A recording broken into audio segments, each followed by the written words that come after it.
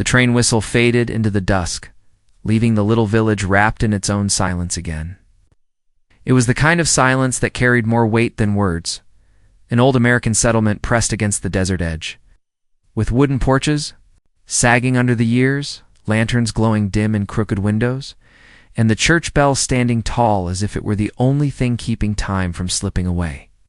Horses clopped along the dusty road, their riders pulling hats low to shield against the last blaze of the sun, and in the air lingered something heavier than heats, something unspoken. A secret that had already begun to crack.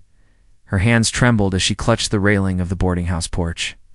The boards creaked under her weight, though she was not heavy. It was her fear that made them moan.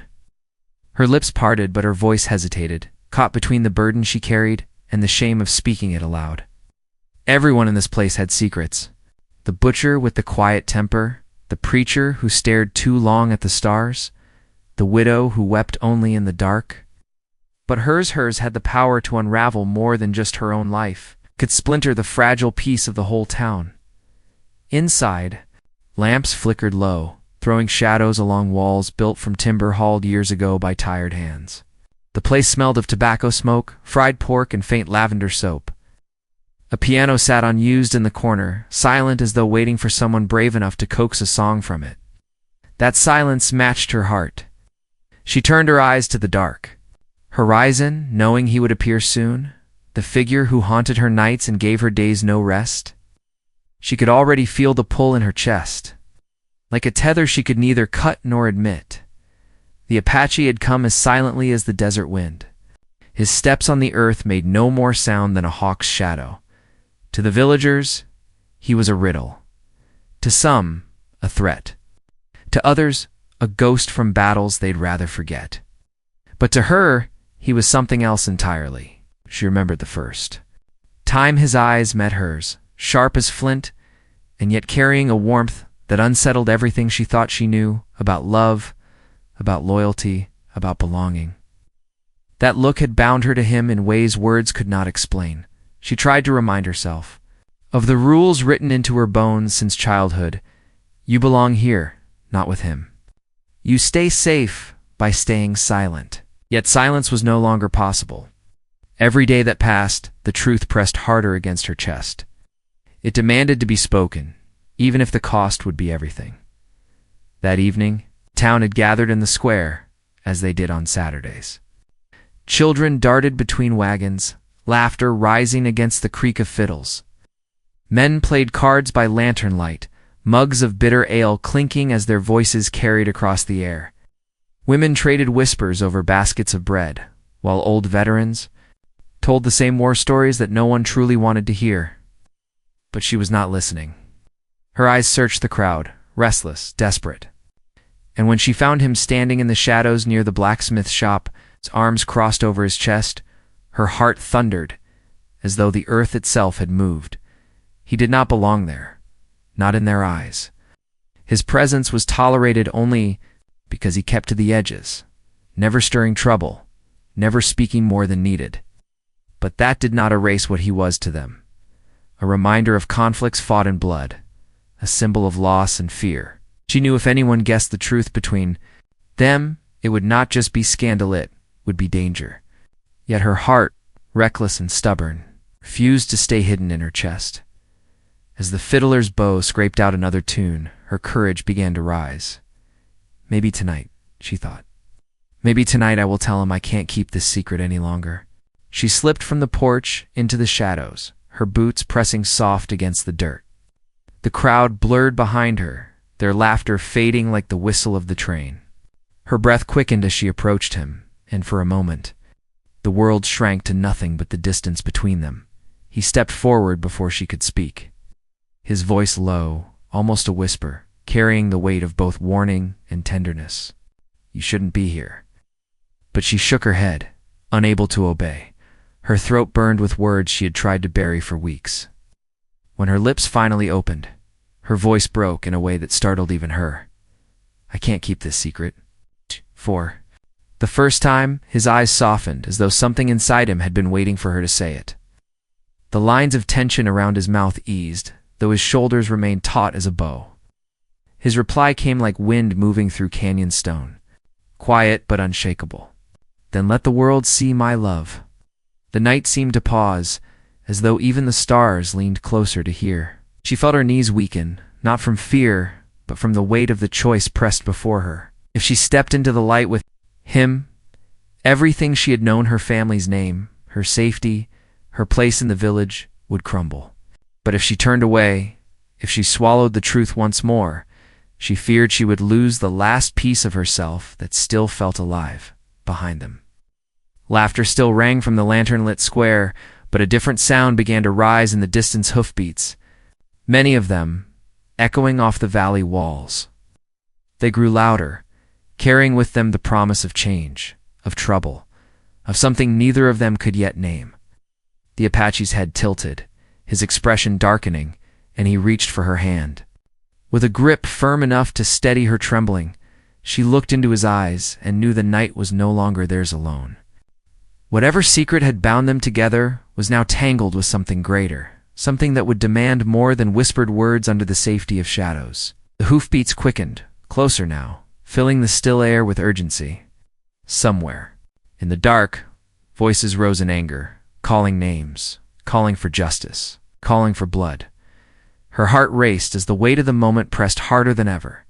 The secret she had just spoken into life would not stay a secret any longer. And as the riders broke through the night, lanterns swinging from their saddles, she realized there was no turning back. The world was about to see. The riders came fast. Through the dust, their lanterns swinging like angry stars across the dark road. She froze where she stood, her hand still caught in his, her breath shallow. The Apache did not flinch.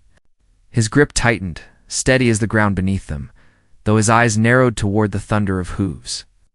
He had heard that sound before many times, and he knew it meant more than a night's disturbance. The village had long carried its scars, and men on horseback in the dark never arrived without reason. She wanted to ask him what to do, to beg him for guidance, but her words had already betrayed her once tonight. Now silence pressed on her tongue. He motioned toward the alley beside the blacksmith's shed, pulling her out of the glow of lanterns.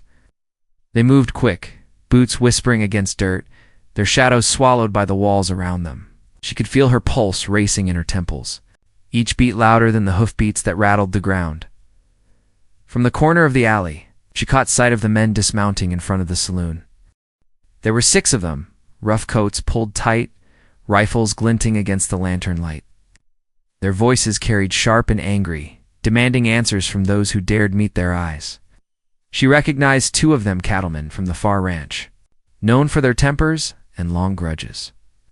The others were strangers, though their faces told her enough. They had come with purpose, and it was not kind. The Apache's jaw set firm. His people had long learned what those voices meant. He leaned close, his words low but certain. "They're looking for something, or someone." His gaze flicked toward her just long enough for her to understand. Her knees weakened again. She had always known their secret was fragile, but she had not imagined it hunted. The fear that rose in her chest was sharper now, no longer just for her own place in the village, but for the man beside her. If the wrong eye saw them together, she knew what the whispers would grow into. Whispers in this town turned to fire. Faster than lantern oil spilled on straw, the saloon doors slammed open, laughter falling quiet as the strangers stepped in. Even from the alley, she could feel the shift, the way joy slipped into unease. How the fiddler's bow stilled mid-stroke, how mugs hung half-raised. The air itself seemed to stiffen. One of the cattlemen barked out a name, not hers, but it was enough to make her blood run cold. They were searching, and the search had only begun. He pulled her deeper into shadow, his hand never leaving hers. For the first time, she noticed the scar across his wrist, pale against his dark skin. She wondered how many times he had hidden like this before, hunted not for who he was, but for what others saw in him.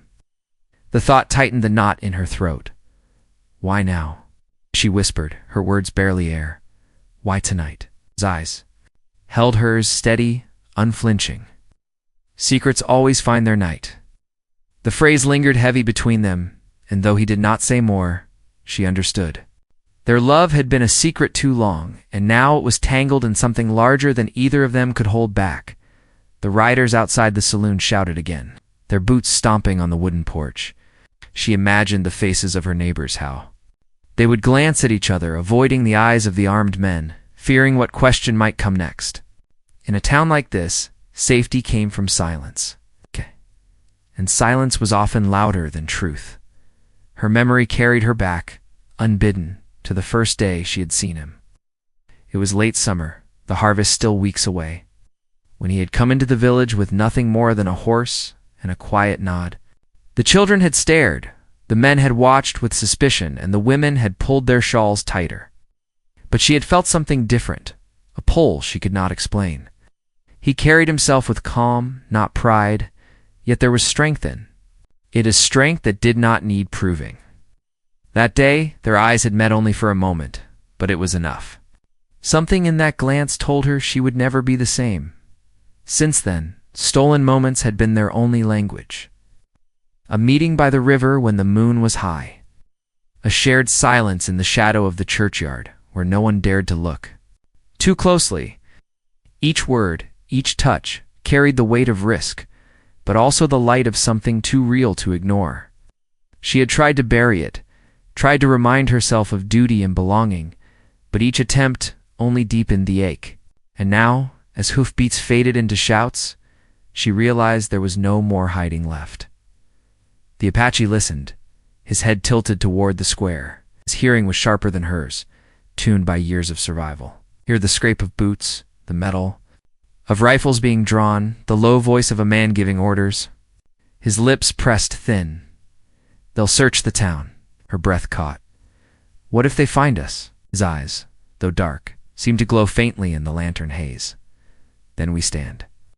The certainty in his tone steadied her, though it also frightened her more than she could say. She was not sure she was ready to stand. It's not against neighbors she had known since childhood, not against the cruel force of strangers who had no mercy. But as his hand stayed firm in hers, she felt a thread of courage she did not know she had. They moved again, slipping through the narrow back lanes where shadows shielded them. Dogs barked in the distance, chains rattling as their masters hushed. The night smelled of dust, smoke, and the faint sweetness of hay. Every sound carried too far. Every step felt like it echoed through the whole village, yet somehow no one stopped them. At the edge of town, where the road split toward the open plain, they paused. From there, she could see the riders spreading out, torches lifting high, their voices commanding doors to open. The glow of firelight made the village look smaller, fragile under the weight of suspicion. She thought of her family's house, just beyond the square, the curtains surely drawn. Her kin praying not to be pulled into trouble. She thought of the townsfolk who would deny knowing anything, though fear would gnaw their sleep long after the riders were gone. He looked at her then, his voice low. You can turn back. They won't question you. Her heart wrenched. She knew it was true. To them, she was just another villager, harmless, loyal, predictable. If she stepped away now, she could pretend ignorance, return to her room at the boarding house, and let the night pass like any other. Her life could remain untouched, at least on the surface. But she also knew that was a lie. Her life had already changed the moment she had looked into his eyes, the moment she had spoken the secret aloud. There was no undoing it now. I'm not turning back, she whispered. The words trembled, but they were true. A faint smile touched his lips, not of joy, but of something deeper. Acceptance, perhaps, or relief. He nodded once. Then we walked together. Yes. In the distance, the riders' voices rose, sharper, angrier. A gunshot cracked the air, making her flinch. Somewhere, a woman screamed. The torches swayed, the horses stamped, and the night that had once belonged to music and laughter now belonged to fear. They stepped off the road into the cover of mesquite trees, the shadows wrapping around them like cloaks. The air grew cooler there, though the weight on her chest did not ease. Each step carried them farther from safety and closer to something unknown. She wanted to ask what would come next, what plan he held in his mind. but she bit back the words. She had learned enough to trust his silence. And yet, she could not shake the unease twisting in her stomach. Secrets had power, but once spoken they could not be gathered back. Behind them, the village flickered with torchlight voices rising. Accusations shouted into the night. Ahead, the desert stretched endless, its darkness full of promise and danger. She felt caught between two worlds, both of which could break her, and as they walked deeper into the shadows, hand in hand, the only certainty was that the night was far from over. The night deepened as they moved further into the trees, the faint glow of the torches shrinking behind them. Yet the voices still carried shouts sharp with anger. Boots pounding against wooden porches, dogs barking in wild confusion. She could picture it without seeing. Neighbors forced from their homes. Eyes downcast as men with rifles searched their kitchens, their barns, their back rooms. She wondered how many would silently pray that nothing pointed toward her, how many would whisper her name in fear if it spared their own. Ow. The thought stung, because she knew this village. Oh. She had grown with these people, shared their grief and joy. But she also knew that when suspicion came, no one was safe from betrayal. The Apache moved with purpose, his steps sure, even in the dark. He seemed to sense each shift in the wind, each snap of a twig. His silence told her more than words. Could he had done this before? He had hidden, escaped, survived. But now it was different. Now he carried her with him, and she knew that slowed him in ways he had never allowed himself to be slowed. A weight pressed at her heart. Was she a burden he should not bear? Thought lingered, even as his hand never let go of hers. They reached a ridge where the desert stretched wide. Moonlight spilling across the plain. She stopped there, breathless, looking back. The village looked small from the distance, lanterns glowing faint like a cluster of stars ready to fade. She thought of her family again, her younger brother who asked endless questions, her mother, who stitched quilts by candlelight. She imagined their faces if they learned the truth of where she was now, who she was with. Would they forgive her? Or would she become nothing more than a shameful name never spoken aloud? He studied her, his eyes sharp, even in the dim light. You're thinking of them? She nodded. They'll be afraid. They'll wonder where I am. They'll protect themselves, he said simply. There was no judgment in his tone, only the plain truth. It is what people do. The words cut deep because she knew they were right. Already she could hear the echo of the writer's threats in her mind. Tell us what you know, or we'll burn it out of you. Neighbors who once smiled at her in the market might not stand firm if pressed too hard. Fear had a way of changing loyalty. They continued along the ridge until the trees thinned and a dry creek bed opened before them. He led her down into it, where the shadows pooled thick. The sand shifted beneath her boots, whispering with each step.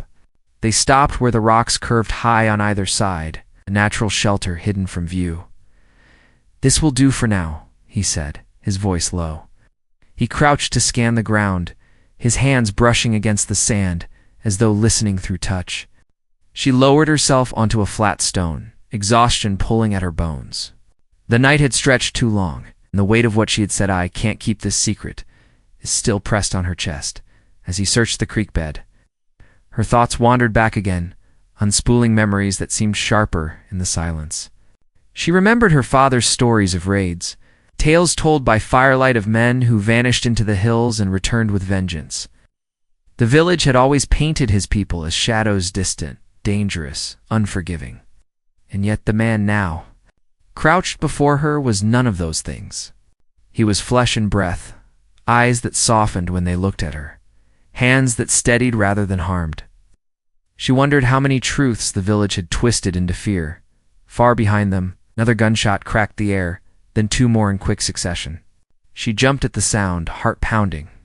He stilled, tilting his head, his jaw tightening. They're searching harder, he murmured. Something or someone they want badly. She swallowed. Do you think it's you? Duh. His gaze shifted. Toward her, steady and unflinching. Always. It doesn't matter if it's me. Once men like that ride in, they find an enemy, whether one exists or not. The weight of his words settled like stone. She thought of the townsfolk again, pressed under questions they could not answer. Someone might name him just to be free of fear. No, if anyone had seen her slip away toward the edge of the square, the thought made her stomach twist.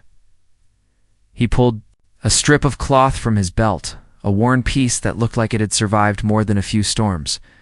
He handed it to her quietly. "For your hands."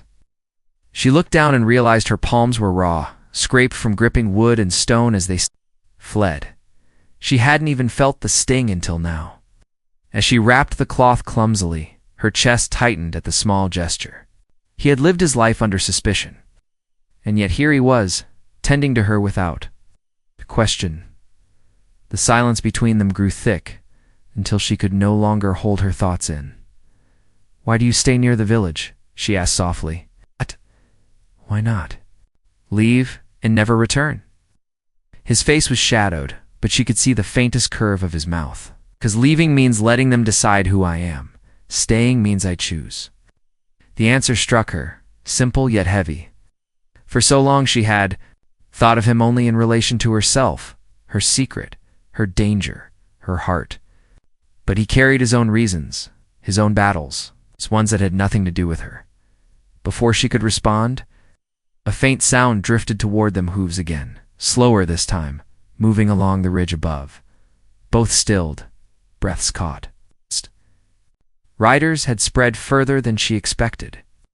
A torch glow brushed against the rocks, shadows stretching long. She pressed herself close against the stone, barely daring to breathe. He crouched low, one hand on the ground as though ready to spring if needed.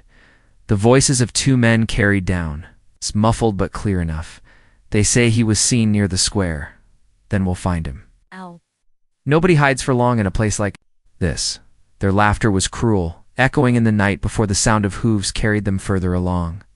She felt her chest loosen, only when the torchlight faded into darkness. Still, her heart thudded in her ears, a reminder of how close danger had come. When the silence returned, he turned to her. This is only the beginning, she wanted to argue, to believe that once the riders left, the town would return to its quiet rhythm of markets, bells, and songs. But deep inside, she knew he was right. Secrets had been stirred, and now they would not settle easily. The hours stretched slow. In the creek bed, the desert chill creeping in as the moon climbed higher. She could not sleep, though her body begged for rest. Her thoughts circled endlessly. Her family, the town, the riders, and most of all, the choice she had already made by staying at his side.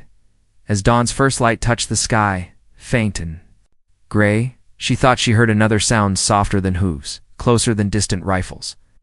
Voices carried on the wind, low and careful. She turned sharply, eyes wide, but before she could speak, he raised a hand to quiet her.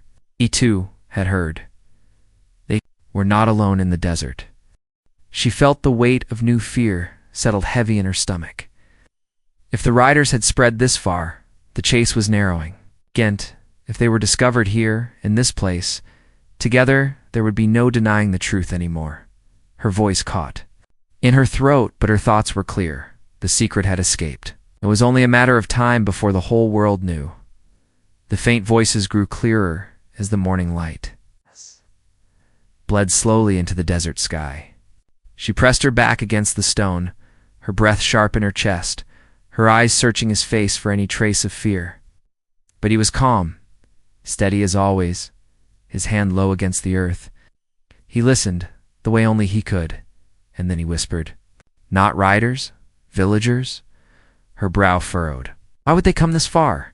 "They're searching," he said softly, though his eyes narrowed, as if weighing the truth. "But not all who search come with rifles." And he was right. Within moments, two familiar figures emerged along the creek bed's edge, their shapes outlined by the first glimmer of dawn. She recognized the older of the two, immediately her brother, lanky and pale in the half-light, clutching a lantern and shaking hands. Beside him was the blacksmith's daughter, her shawl pulled tight against the chill. Neither carried weapons. Neither looked like they belonged to the angry band that had stormed through the town the night before. Her heart seized at the sight of her brother. She rose to her feet without thinking, her voice cracking. "Here, I'm here." The Apaches. Hand lifted as if to stop her, but he let it fall when he saw the boy's face light up in relief. Her brother stumbled down the slope toward her, nearly dropping the lantern. "We thought you were gone.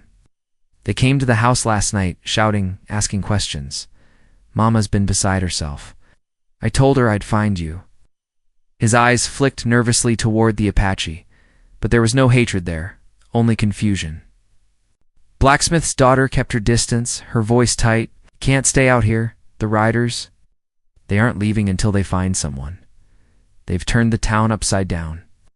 Her brother's eyes shifted again, fear clouding.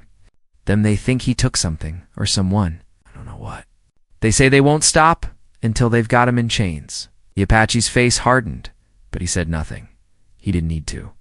The lie was familiar. She could see it in his eyes.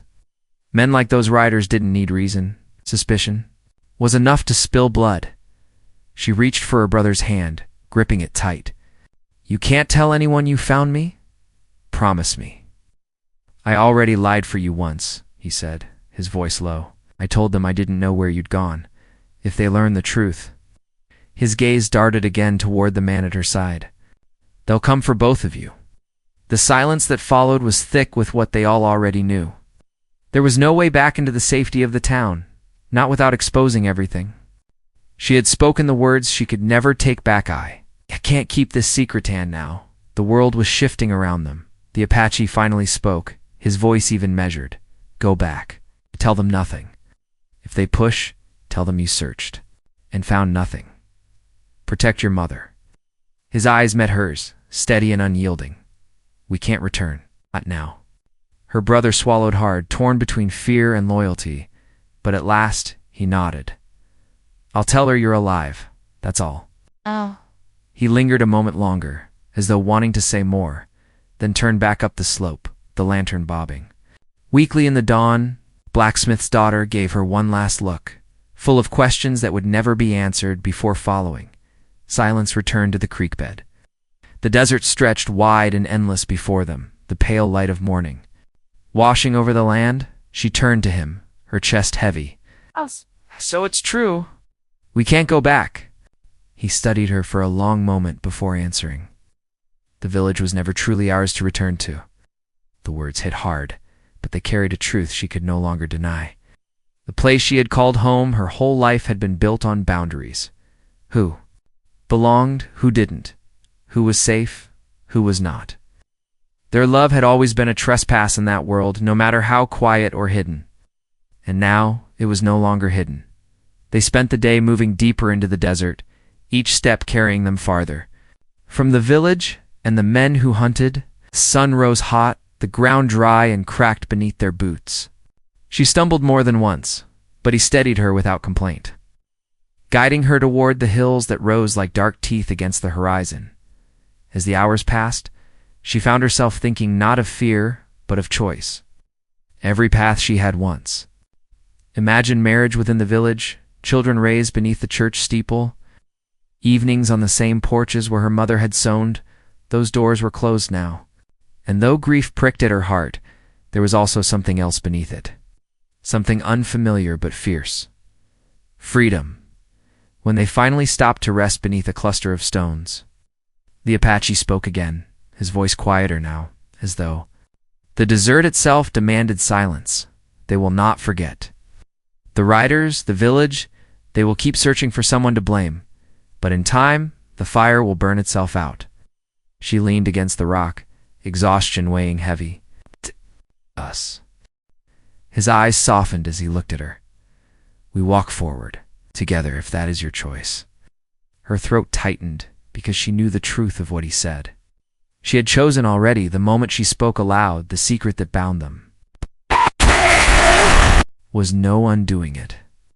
And though fear lingered like a shadow, she felt stronger beside him than she had ever felt standing alone in the safety of her village. By nightfall, they had reached a ridge that overlooked the desert stretching endless into the dark. The stars spread wide above them, brighter than any lantern light. For a long while, neither spoke. The silence was not heavy now, but full of the unspoken knowledge that they had left one world behind and stepped into another. When she finally broke the silence, her voice was steady. I thought the secret was the danger, but the danger was the silence, was the hiding that nearly broke me. He nodded slowly, his gaze fixed on the horizon. Truth is always heavier. Once spoken, it cannot be taken. She felt the truth of it settle deep in her chest. The secret that had once been her burden had become her strength because it had forced her to choose, not out of fear, but out of love. The wind shifted, carrying the faint smell of sage and dust. She thought of her brother, of her mother, of the town that would wake tomorrow with more questions than answers. She thought of the riders who would ride on until they found another trail, another name to hunt.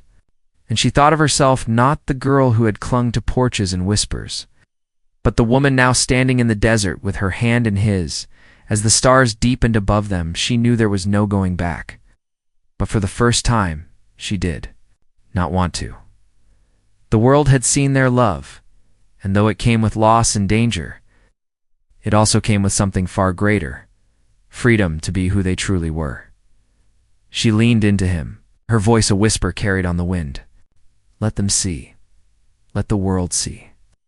And in the vast stillness of the desert night, with the stars as their only witness, she felt the weight of every secret fall away, leaving only the simple, unshakable truth of love that could not be silenced. The village would remember, the riders would fade, but their story born of risk, of whispers, of choices made in the face of fear would remain. And as dawn broke again across the horizon, painting the desert in gold, they walked forward together. Not as secret, not as shame, but as truth. That was enough.